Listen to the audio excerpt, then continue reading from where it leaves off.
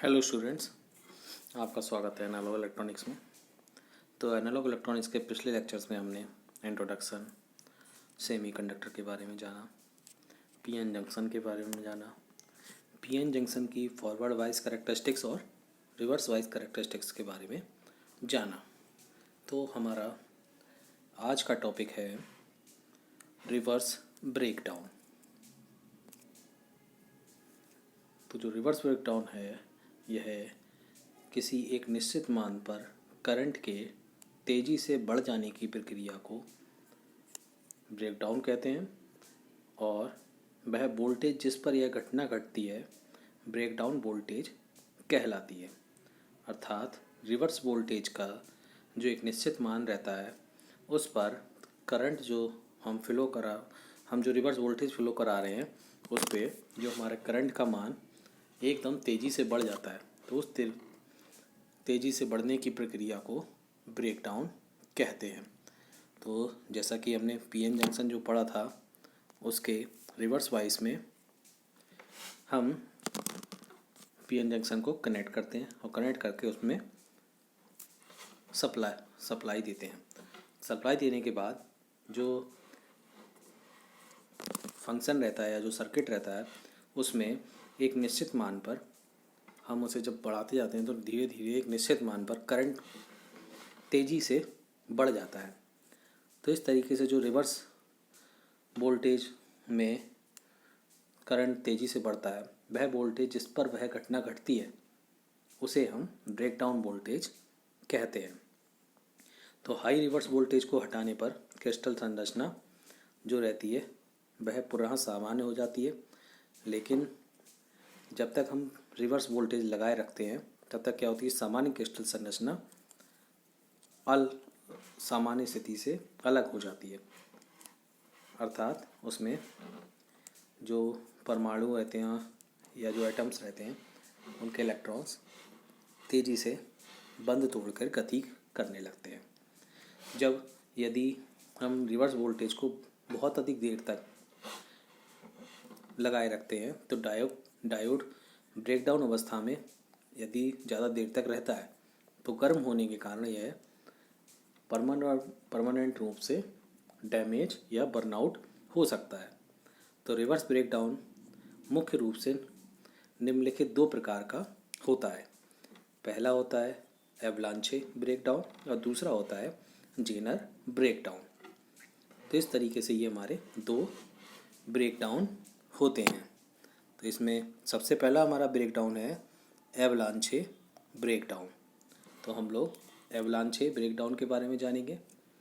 जब प्रयुक्त reverse voltage का मान पीएन जंक्शन के ब्रेकडाउन वोल्टेज पर पहुंचता है और डिप्लीशन लेयर में विद्यमान जो माइनॉरिटी चार्ज कैरियर्स हैं रहते हैं तो उनकी गतिज ऊर्जा क्या है, बढ़ जाती है, जिससे इनका वेग इतना अधिक हो जाता है कि यह सेमीकंडक्टर के अन्य परमाणु से टकराते हैं और उनके सहसंयोजी बंधों को तोड़ देते हैं। इसके फलस्वरूप क्या होता है, जो हमारे डायोड में नए इलेक्ट्रॉन और होल उत्पन्न हो जाते हैं।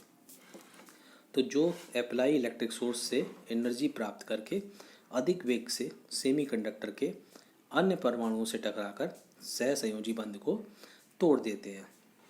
तो यह प्रक्रिया दोबारा से चलने लगती है, इससे और फ्री इलेक्ट्रॉन व होल्स उत्पन्न हो जाते हैं। तो इस प्रकार करंट कंडक्शन के लिए प्राप्त इलेक्ट्रॉन और होलों की संख्या में जो है वृद्धि होती रहती है और लगातार वृद्धि होती रहती है। तो इस घटना को हम एवलांचे ब्रेकडाउन कहते हैं। जिस रिवर्स वोल्टेज पर यह घटना घटती है उसे पीएन जंक्शन का एवलांचे वोल्टेज कहते हैं।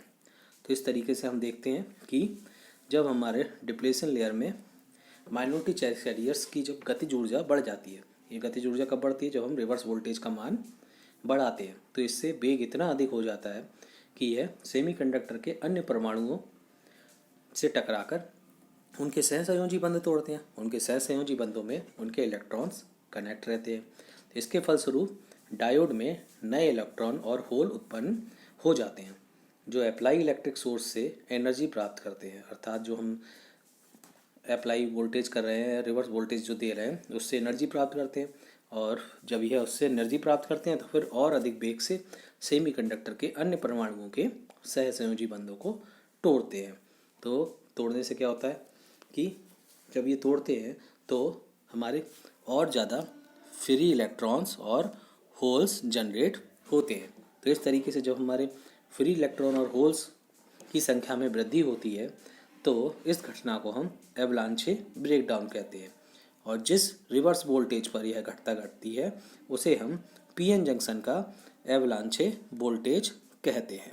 तो इस तरीके से ये हमारा एवलांचे ब्रेकडाउन कहलाता है। हमारा दूसरा टॉपिक है जेनर ब्रेकडाउन। जेनर ब्रेकडाउन क्या होता है? तो जेनर ब्रेकडाउन क्या होता है? यह इस प्रकार का ब्रेकडाउन है जो अत्यंत कम रिवर्स वोल्टेज पर होता है, लगभग 6 वोल्ट। यह ब्रेकडाउन ऐसे डायोडों में होता है जिनके एन या पी रीजन की डोपिंग बहुत ज़्यादा हाई होती है।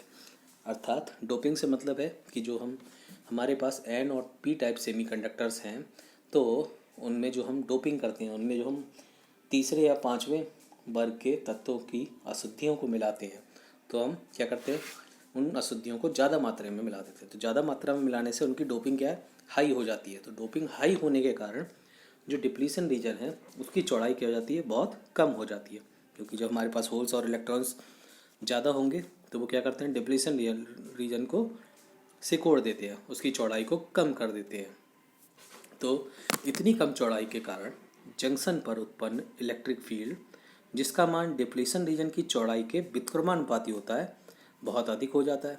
तो इस तरीके से जो हमारा उत्पन्न फील्ड रहता है इलेक्ट्रिक फील्ड, वो डिप्लीशन रीजन के व्युत्क्रमानुपाती है, अर्थात उस पर डिपेंड कर रहा है। तो इस तरीके से जब वो व्युत्क्रमानुपाती है तो जो हमारा इलेक्ट्रिक फील्ड है वह बहुत अधिक हो जाता है।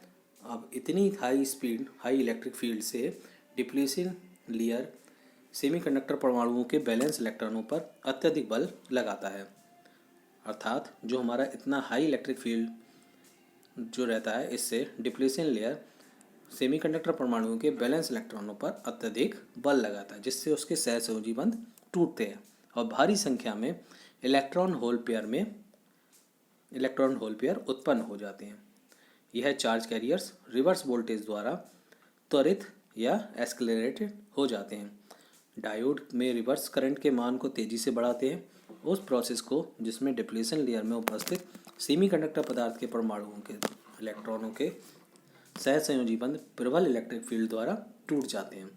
इस प्रोसेस को हम जेनर डायोड कहते हैं। तो वह वोल्टेज जिस पर जेनर ब्रेकडाउन होता है, जेनर वोल्टेज कहलाती है। तो एक बार फिर से समझने की कोशिश करेंगे। तो जो जेनर ब्रेकडाउन होता है ये हमारा क्या होता है, हमारे पास पी और एन जंक्शन होते हैं, पी एन जंक्शन होता है। तो इस पी एन जंक्शन की जो डोपिंग होती है वो बहुत ज़्यादा हाई होती है। तो इसमें हाई डोपिंग पर हम लगभग सिर्फ 6 वोल्ट का रिवर्स वोल्टेज ही अप्लाई कराते हैं।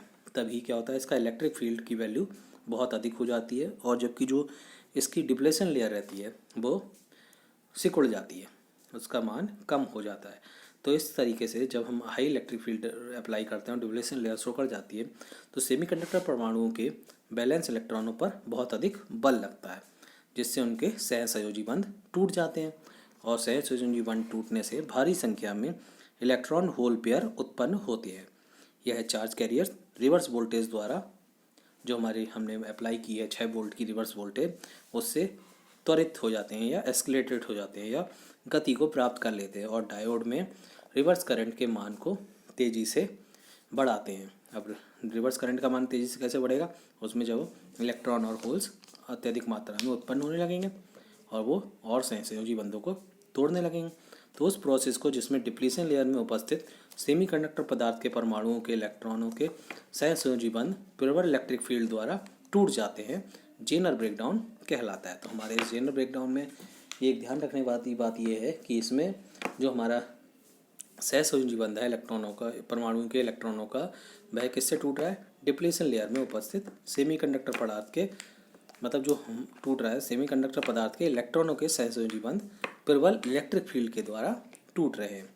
इस प्रोसेस को हम जेनर ब्रेकडाउन कहते हैं और वह वोल्टेज जिस पर यह जेनर ब्रेकडाउन होता है उसे जेनर ब्रेकडाउन वोल्टेज कहते हैं। तो इस तरीके से ये हमारे 2 तरीके के ब्रेकडाउन हो गए एवलांचे ब्रेकडाउन और जेनर ब्रेकडाउन। इसके बाद हमारा आता है सेमीकंडक्टर डायोड के अभिलक्षण। सेमीकंडक्टर डायोड के अभिलक्षण या कैरेक्टरिस्टिक्स ऑफ सेमीकंडक्टर डायोड। तो डायोड का बीआई अभिलक्षण डायोड पर अप्लाई वोल्टेज तथा उसमें प्रवाहित होने वाली करंट के मध्य खींचा गया ग्राफ होता है। अर्थात जो बीआई कैरेक्टरिस्टिक्स होती है वो जो हम डायोड पर वोल्टेज अप्लाई करते हैं और उसमें प्रवाहित होने वाली करंट के बीच में। तो बी हमारा वोल्टेज को शो करता है और आई हमारा करंट को शो करता है। तो बी और आई मतलब वोल्टेज और करंट के बीच में हम जो ग्राफ शो करते हैं उसे हम बीआई कैरेक्टरिस्टिक्स या बीआई अभिलक्षण कहते हैं। तो जो सेमीकंडक्टर का डायोड अभिलक्षण है ये दो कंडीशंस में खींचा जा सकता है, क्योंकि जो हमारे पीएन जंक्शन है उनकी दो कंडीशंस है। पहली फॉरवर्ड वाइज कंडीशन है और दूसरी रिवर्स वाइज कंडीशन है, अर्थात रिवर्स वाइज अभिलक्षण और फॉरवर्ड वाइज अभिलक्षण। तो सबसे पहले बात करेंगे फॉरवर्ड वाइज अभिलक्षण की।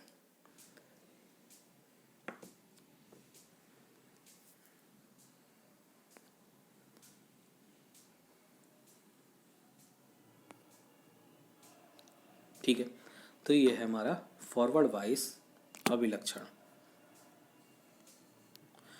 तो इसमें क्या है, पीएन जंक्शन डायोड के फॉरवर्ड वाइज अभिलक्षण को ज्ञात करने के लिए पीएन जंक्शन पर फॉरवर्ड वाइज जो हमारा ये है इसके अनुसार हम क्या करते हैं, उसके कनेक्शंस को चालू करते हैं और उसमें सप्लाई देते हैं। प्रत्येक अवस्था में वोल्टेज परिवर्तन के साथ डायोड में करंट पर इफेक्ट का अध्ययन किया जाता है। यानी कि जो हम यहाँ पे बैटरी हमने क्या किया, इसमें वोल्ट मीटर लगाया हुआ है डायोड के दोनों तरफ, यहाँ मिलीमीटर लगाया हुआ है सप्लाई के लिए, ये वेरिएबल डीसी पावर सप्लाई दी हुई है।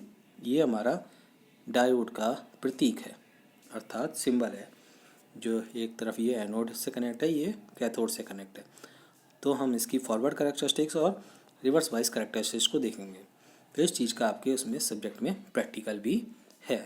तो इस तरीके से जो वेरिएबल डीसी पावर सप्लाई लगाई है ये क्या कर सकती है, धीरे धीरे करके बैरी करा के अप्लाई करा सकते हैं। हम जितनी वोल्टेज देना चाहेंगे उतनी ही वोल्टेज इस सर्किट को मिलेगी। तो इस तरीके से ये हमारा डायोड का फॉरवर्ड वाइज अभिलक्षण है। इसमें हम पर्टिकुलर कुछ पॉइंटों पर वोल्टेज लेंगे और लेकर उनसे बीआई कैरेक्टरिस्टिक्स को बनाएंगे। तो जो हमारे सी और डी हैं ये हमारे फॉरवर्ड वाइज अभिलक्षण है। एक सिलिकॉन के लिए है और एक हमारा जर्मेनियम के लिए है। तो जो हमें इसमें फॉरवर्ड वाइज अभिलक्षण प्राप्त हो रहे हैं वो एक सरल और सीधी रेखा में प्राप्त नहीं होते, अर्थात ये ओम के नियम का पालन नहीं करते। ओम के नियम के लिए क्या है, ये वैल्यू इस तरीके से होनी चाहिए। ये हमारा बी हो गया, ये हमारा आई हो गया, या नहीं गलत हो गया, ये बी और ये हमारी करंट आई हो गई। तो इस तरीके से इन दो वैल्यूज़ के बीच में हम ग्राफ खींचते हैं और ग्राफ खींचने पर हमें आउटपुट मिलता है। तो इस तरीके से फॉरवर्ड वाइज के बहुत कम मान पर, अर्थात जब फॉरवर्ड वाइज वोल्टेज का मान बैरियर वोल्टेज, जैसे जर्मेनियम के लिए हमारे लिए क्या है, बैरियर वोल्टेज 0.3 वोल्ट और सिलिकॉन के लिए कितना है 0.7 वोल्ट से कम रहता है, तो फॉरवर्ड करंट क्या होती है हमारी 0 होती है। इसलिए यह इसलिए होता है क्योंकि बैरियर मेजॉरिटी चार्ज कैरियर्स को जंक्शन पार नहीं करने देता, अतः करंट प्रवाह नहीं होता। तो इस स्थिति में हम 0 एम्पियर तक की वैल्यू होती है। जैसे अब हमारा जर्मेनियम हो गया, तो जर्मेनियम में क्या है, यहाँ से हमने वैल्यूज़ दी तो कब तक 0 आई, जब तक कि 0.3 पे नहीं पहुँच गई, क्योंकि जर्मेनियम का जो बैरियर वोल्टेज है वो कितना है 0.3 वोल्ट। अब जब ये 0.3 वोल्ट पे पहुँचेगी तभी ये डायोड सप्लाई को देना ऑन करेगा 0.3 वोल्ट से ऊपर। जब जैसे जैसे 0.3 वोल्ट से ऊपर बढ़ाते चले जाएंगे ये वैल्यू इस तरीके से प्राप्त होती जाएगी। अगर हम बात करें सिलिकॉन के लिए, तो सिलिकॉन के लिए 0.7 वोल्ट तक 0 रहेगी और 0.7 वोल्ट्स के बाद ये धीरे धीरे करके ऑन होना शुरू होगा। अर्थात जैसे ही फॉरवर्ड वोल्टेज BF का मान हम जो हमारे ये है, ये BF हो गया, B फॉरवर्ड वाइज, ये I फॉरवर्ड वाइज हो गया। तो जैसे ही BF का मान पोटेंशियल बैरियर बी आउटपुट से, अच्छा ये बी आउटपुट हमारा जर्मेनियम के लिए 3 हो गया और सिलिकॉन के लिए 7.7 वोल्ट हो गया, से अधिक है तो सर्किट में करंट आरंभ हो जाती है। तो फॉरवर्ड वोल्टेज जिस पर डायोड में करंट प्रवाह प्रारंभ होता है कट इन वोल्टेज कहलाती है, ऑफसेट वोल्टेज या नी वोल्टेज कहलाती है। इसका मान लगभग पोटेंशियल बैरियर के बराबर होता है। इस स्थिति को हमने चित्र में देखा और समझा। ये हमारी दोनों करंट की स्थितियां रहीं और ए बी भाग द्वारा हमने इसे प्रदर्शित किया। ये हमारा ए रहा, ये बी रहा। अब यदि फॉरवर्ड वाइज बी एफ को हम बढ़ाते चले जाएं तो करंट आई एफ का मान क्या होता है, इस बी पॉइंट के बाद तेज़ी से बढ़ना शुरू होता है, जिससे अभिलक्षणों में बी सी भाग द्वारा प्रदर्शित हम करते हैं। इस अभिलक्षण में हम बी सी भाग द्वारा इसे शो कर रहे हैं। तो इस तरीके से ये हमारा बी सी भाग द्वारा शो किया जाता है। तो बी एफ के हाई मान के लिए आई एफ का मान चर घातांकों की एक्सपोनेंशियल रूप या चर घातांकों के रूप में बढ़ता है, अतः रेजिस्टेंस लगाकर इनके मान को हम क्या करते हैं, सीमित कर देते हैं। तो इस तरीके से जो हमारी बी आई कैरेक्टरिस्टिक्स मिलती है, इनके मान को हम क्या कर देते हैं, चर घातांकों के द्वारा सीमित कर देते हैं। तो इस तरीके से ये हमारा फॉरवर्ड वाइज अभिलक्षण का बी आई कैरेक्टरिस्टिक्स हो गया। बाकी हम अगले लेक्चर में बात करेंगे रिवर्स वाइज अभिलक्षण की।